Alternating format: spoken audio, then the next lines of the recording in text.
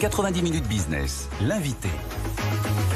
Avec nous ce midi, Faustine de la Salle, directrice exécutive de Mission Possible Partnership, un mouvement de leaders du climat et d'entreprises qui favorise la décarbonation industrielle. Vaste sujet, hein, franchement.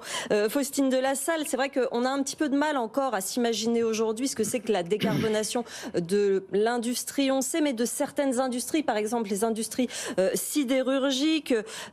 Est-ce que cette industrie, particulièrement, a déjà entamé sa mue verte ? Elle l'a entamée sur les 5 dernières années. Je pense qu'il y a 5 ans, il y avait encore beaucoup de scepticisme dans le secteur sur la capacité du secteur à atteindre 0 émission carbone d'ici le milieu du siècle. Et sur les 5 dernières années, ça a beaucoup évolué. On s'est rendu compte que les solutions technologiques existaient, qu'elles n'étaient pas encore tout à fait compétitives, mais qu'elles pouvaient le devenir. Et on a vu l'ensemble des gros sidérurgistes à l'échelle mondiale commencer à annoncer des investissements industriels dans les solutions technologiques qui permettent de produire de l'acier bas carbone, y compris les principaux industriels français. Est-ce qu'on peut justement citer des exemples ? Par quoi ça passe, la décarbonation du secteur sidérurgique, concrètement ?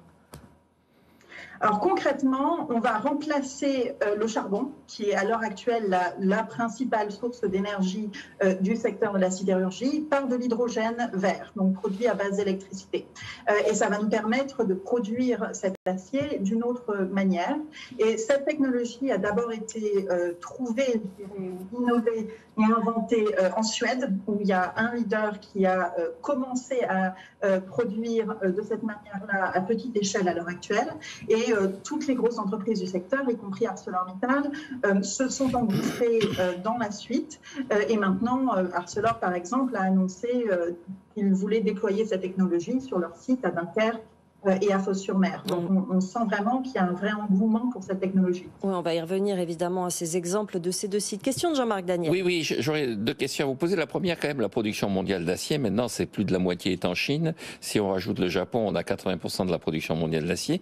Et donc, est-ce que ces pays se sentent concernés par vos projets, par les modernisations que vous annoncez, ou est-ce que eux, au contraire, ils continuent à faire à l'ancienne? Et en particulier, moi, j'ai toujours eu en tête que l'acier, c'est du fer plus du charbon. Donc, est-ce qu'il faudra quand même, à un moment donné, quelque part, mettre le charbon dans le circuit?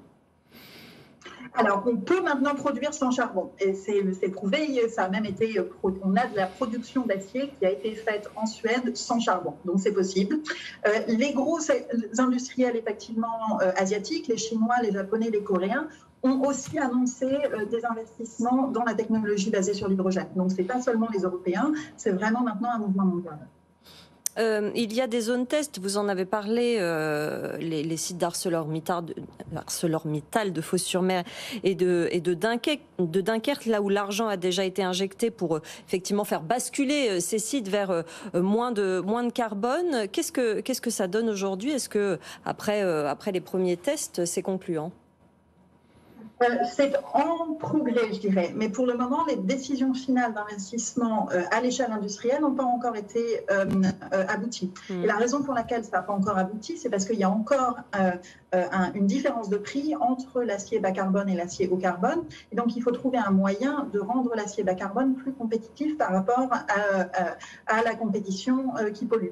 Et ça passe à la fois par des actes gouvernementaux, par le prix du carbone et un renforcement du marché du carbone en Europe, mais aussi par une plus grande collaboration avec le reste de l'écosystème, en particulier avec les producteurs d'énergie, parce que l'énergie est une des grosses sources de coûts dans ces nouvelles technologies pour produire de l'acier, et les partenariats aussi avec des acheteurs d'acier, notamment dans le secteur de l'automobile, parce qu'eux ont le pouvoir de demander de l'acier et de payer un acier bas carbone un petit peu plus cher. On voit quand même que cette progression est lente, qu'il y a des écueils, il y a des plaintes qui ont été posées sur les sites de Fos-sur-Mer et de Dunkerque pour des rejets polluants. C'est ça aussi, c'est tester un peu ce qui ne va pas en ce moment. Ces tests, voilà, pour le moment, c'est pas encore abouti, c'est ça que je veux dire.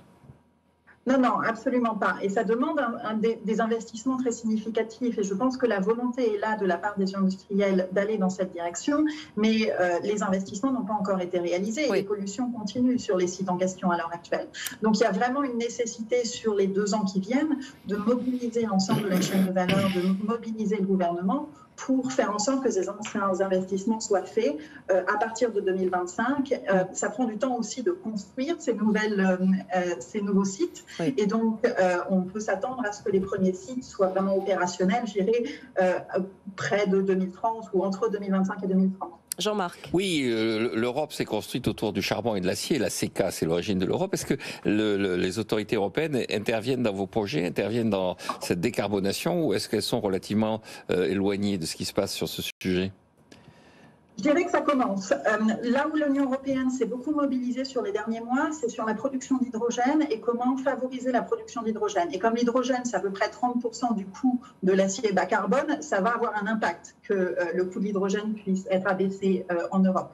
Mais maintenant, il faut aussi s'assurer que les industries comme l'acier, mais ça vaut aussi pour le ciment, ça vaut pour l'industrie de la chimie, sont aussi protégées de la compétition mondiale au carbone à bas prix, notamment de la compétition chinoise qui continue d'envahir le marché. Et donc, ça passe par la taxe carbone aux frontières, qui est encore en cours de discussion et dont les modalités sont encore un peu floues. Merci beaucoup Faustine Delassalle, directrice exécutive chez Mission Possible Partnership ONG, qui travaille avec les entreprises pour les aider dans leur processus de décarbonation. Merci pour votre témoignage dans 90 minutes business.